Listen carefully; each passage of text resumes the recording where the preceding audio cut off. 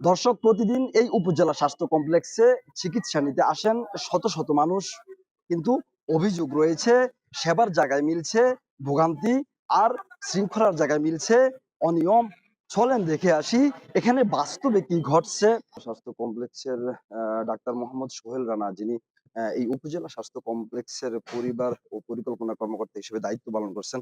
আমরা একটু তার কক্ষ ঘুরে দেখবো যে আসলে তিনি যথাসময়ে তিনি অফিসে আসছেন কিনা। না, আমরা দেখছি যে আসলে তিনি কিন্তু যথাসময়ে কিন্তু তিনি অফিসে আসেননি।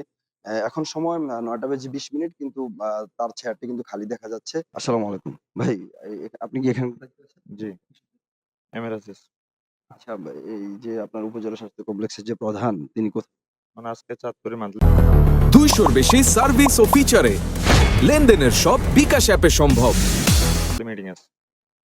কখন গিয়েছে? ৯টা চলে যাওয়ার কথা। পর্যায়ে আমরা এখানকার যে ডাক্তারগণ আছেন, আমরা একটু তাদের কক্ষগুলো ঘুরে দেখবো যে আসলে তারা যথাসময়ে তাদের অফিসে এসছে কিনা আমরা একটু দেখার চেষ্টা করব। যে আমরা দেখছি যে এখানকার যে ডাক্তার, তার আসনটি কিন্তু খালি দেখাচ্ছে। অর্থাৎ তিনি এখনো তিনি অফিসে আসেননি। আ বাইরে কিন্তু রোগীরা কিন্তু অবস্থান নিয়েছে। পাশাপাশি আপনারা দেখছেন যে আরেকজন রোগী কিন্তু এখানে এখানকার একজন সেবিকা, তিনি কিন্তু তার প্রাথমিক যে পর্যবেক্ষণ সেটি করছেন। যে আমরা একটু জানার চেষ্টা করব যে আসলে এখানকার দায়িত্বরত যে ডাক্তার, তিনি কিন্তু নেই। আসলে তিনি কোথায় এবং যথাসময়ে আসলো না কেন? আপনি জানেন? ২ জন ডাক্তার আছে এখানে। একজন ডাক্তার ইমার্জেন্সিতে আছে। উনি আমার সাথে দেখা করে গেছে অবশ্য। আরেকজন ডাক্তার আমি ফোন দিছি আসার জন্য ম্যাডামকে, যে ম্যাডাম বলছে আসতেছে। সরকারি প্রজ্ঞাপন অনুযায়ী ৯টা থেকে অফিস করার কথা। কিন্তু তিনি আসলো না, আপনি ফোন দিলেন। এরকম কি সবসময় করে থাকে? না, এরকম সবসময় হয় না। দর্শক, ডিজিটাল এক্স-রে বিভাগ ডিজিটাল এক্স-রে বিভাগ এখনো কিন্তু আমরা দেখাতে চাই যে ডিজিটাল এক্স-রে বিভাগে কিন্তু এখনো তালা ঝুলছে।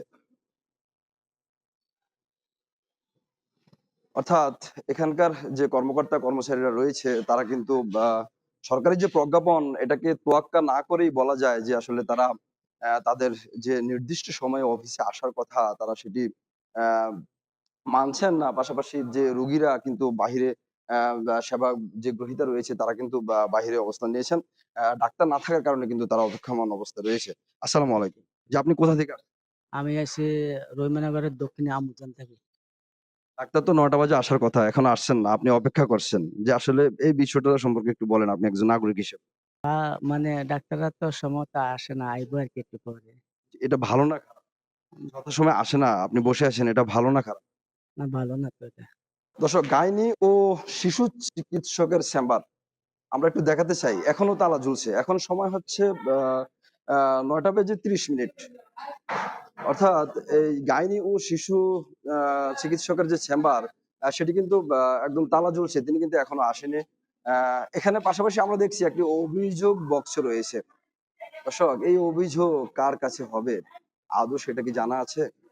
দেখাতে চাই আরো কিছু ডাক্তারদের কক্ষ। স্যানিটারি যে ইন্সপেক্টর রয়েছে, তার যে কক্ষ, সেই কক্ষ কিন্তু একদম তালা ঝুলছে। সেটিও আপনাদেরকে দেখানোর চেষ্টা করছি। জনপ্রশাসন মন্ত্রণালয় থেকে বরাবরই বলা হচ্ছে যে ৯টা থেকে ৯টা ৪০ মিনিট যে তার যে যে সংশ্লিষ্ট যে দপ্তর, সেই দপ্তরে কিন্তু সে থাকবে। তারপর তার যে কার্যক্রম, সেটি সে চলমান রাখবে। কিন্তু এখানে তার উল্টোটা আমরা দেখতে পাচ্ছি। কোচি উপজেলা স্বাস্থ্য কমপ্লেক্সের যে প্রধান সহকারী রয়েছে, সেই প্রধান সহকারীর কক্ষ কিন্তু আমরা তালা দেখতে পাচ্ছি। এখন সময় কিন্তু প্রায় ১০টা বেজে ৫০ মিনিট। কিন্তু আ এই যে প্রধান সহকারী, তিনিও কিন্তু তার কক্ষে তিনি এখনো এসে পৌঁছায়নি। কথা, যত কাজ থাকুক অফিসে, যার সংশ্লিষ্ট অফিসে থাকার কথা। সেক্ষেত্রে আমরা আপনাকে তখন এসে পাই নাই। আসলে ৯টা যখন আপনার কক্ষে আমরা আসি, তখন ৯টা বেজে ৩০ মিনিট। আসলে আপনি এই সময়টাতে আপনি আসলেন না কেন? দেখেন আসলে আমাদের এখান থেকে অফিস থেকে একটা ভার্বাল অর্ডার হচ্ছে ৯:৩০ টার ভিতরে অবশ্যই যাতে অফিস করি আমরা। তা আমি ৯:৩০ টার আগে এসেছি। ৯:৩০ টায় অফিসে আসবেন, একথা কে বলেছে আপনাকে? মানে এটা ভার্বাল একটা অর্ডার আরকি, যে এই অর্ডারটা কে দিয়েছে আমি জানতে চাচ্ছি। আমাদের যে অ্যাকচুয়ালি যে ফিঙ্গারপ্রিন্টের যে টাইম, সেটা ৯:৩০ টার আগে থাকলে আর আসলে লেট হয় না। এটা আপনাদেরকে সিদ্ধান্ত কে দিয়েছে যে ৯:৩০ বাজে অফিসে আসবেন? এটা কে দিয়েছে? এটা জানতে চাচ্ছি। মানে এটাই প্রচলিত হয়ে আসতেছে এখানে আমরা। আপনার নাম কি? আমার নাম সঞ্চিতা পোদ্দার। কি পোস্টে আছেন আপনি? আমি আছি সিনিয়র স্টাফ নার্স। আমি ইয়াতে আছি, ক্যান্সার বিভাগে আছি। আমি খুব অসুস্থ এই যে ৯টা বাজে আসার কথা। এখন তো অনেক সময়। হ্যাঁ, অনেক সময় কিন্তু আমি অসুস্থ। আমরা আসলে ৯টা বেজে ৯টা ১৫ থেকে ২০ মিনিট আপনাদের এই কক্ষে এসেছিলাম। তো সেক্ষেত্রে আপনাদেরকে আমরা পাইনি। আসলে এর কারণটা একটু যদি আমাদের বলতেন। চাবিটা মেইনলি ক্লিনারদের কাছে থাকে। উনারা আসে, আগে রুমটা পরিষ্কার করে, তারপর হচ্ছে আমরা ভেতরে ঢুকি। আসলে আপনারা এসে ওনাদেরকে পান কিনা? না আপনাদের পরে আসে? আ ডিপেন্ডস এটা। মানে এটা ডিপেন্ড করে। কখনো, কখনো উনারা আগে চলে আসে, কখনো, কখনো ওনাদের লেট হয়। বহির্বিভাগের যে টিকেট আসলে সেটা কখন থেকে দেওয়া হয়? আর রোগীরা কখন থেকে আপনাদের কাছে আসা শুরু করে?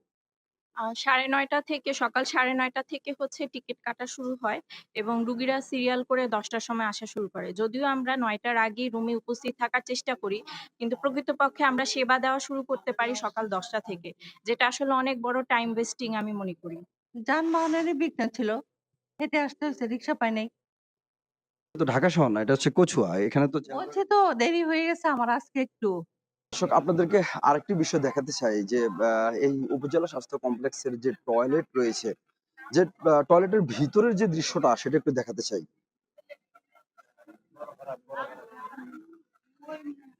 যে আপনারা দেখছেন যে আসলে একটি দরজা সেটি কিন্তু ভাঙা অবস্থায় পড়ে আছে।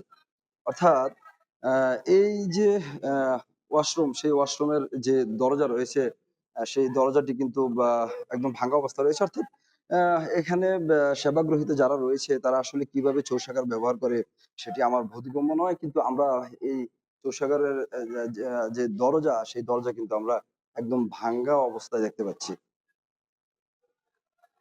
আসসালামু আলাইকুম কাকা। এই যে ওয়াশরুমের দরজা ভাঙ্গা, সেক্ষেত্রে আপনারা কিভাবে এই শৌচাগার ব্যবহার করেন? আমরা কিভাবে ব্যবহার করি ওই মনে করেন ধাক্কা দিয়ে আটকে রায় আমাদের যে হাসপাতালে যে বাথরুম গুলা এগুলো অনেক খারাপ। এগুলা মানে মানুষ যে বইসা যে লকটা করবো, লকটা পর্যন্ত নাই বাথরুমের, যে লকটা পর্যন্ত নাই। এ তো এরকম খারাপ হয়ে গেছে বাথরুমের ইয়াগুলা, দরজাগুলা। বাথরুমে কোনো কিছু আর ঠিক করে নাই। মানুষ কিভাবে যেয়ে বসবো? টয়লেট গুলাতে মহিলারা বসার মতো কোনো ইয়া নাই।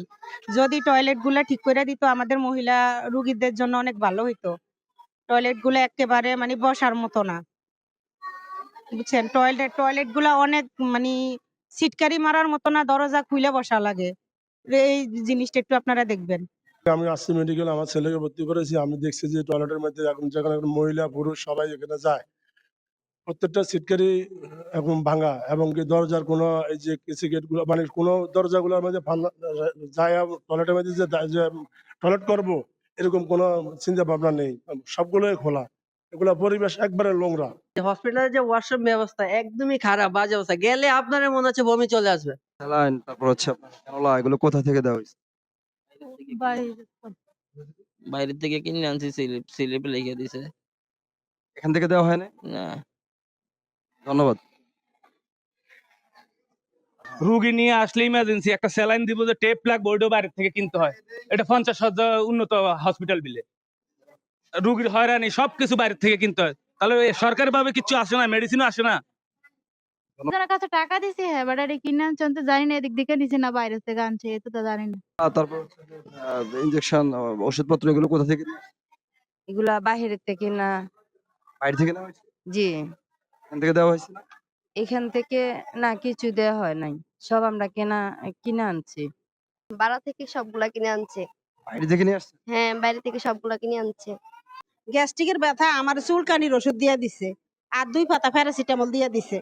পরবর্তীতে আমি দেখতে আসি তারা টাকা দিয়া 200 টাকা দিয়ে ওষুধ নেয়, 100 টাকা দিয়ে ওষুধ নেয়, এরকম করে স্লিপটা দেওয়ার নিজ টাকাটা তলে দিয়ে দেয়, ওষুধ দেয়। তখন আমি দিলাম যে আমার গ্যাস, আমি 100 টাকা দিতে আমার ওষুধ দেয়, আর আমার প্যারাসিটামল চুলকানির ওষুধ দিয়ে দেয়। আমি ওনার সামনে বলতে পারবো, যিনি বসে হ্যাঁ, যত সময় ওষুধের লাই চুলকানির ওষুধ দিয়া দেয়। রোগ হয়েছে আমার, যেটা এটার ওষুধ দেয় না, চুলকানির ওষুধ দিয়া দেয়, আজে বাজে ওষুধ দিয়া দেয়। গ্যাস্ট্রিকের 3টা ওষুধ দিয়া দেয় না, 6টা ওষুধ দিয়া দেয়। হ্যাঁ, টাকা কত টাকা দিয়েছেন আপনি? কত টাকা দিয়েছেন আপনি? 100 টাকা 100 টাকা দিছি, তো আমার গ্যাস্ট্রিকের ওষুধ দিছে, এরপর আবার লগে চুলকানির ওষুধ দিছে। আফিয়াস নাই, কোনো কিছু নাই এখানে, আমরা কোনো নিরাপত্তা পাইতাছি না।